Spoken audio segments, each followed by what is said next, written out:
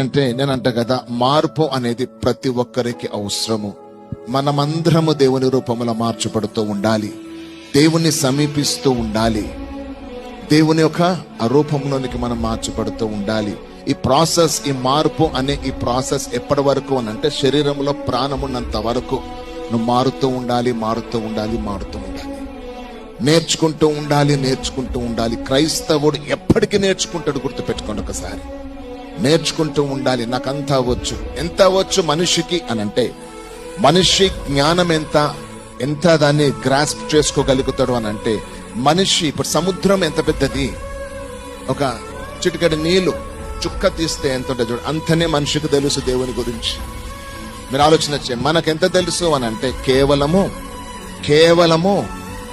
ఒక నీటి చుక్క, ఒక చుక్క అంతనే మనిషి తెలుసు. దేవుడు సముద్రం లాంటి వాడు.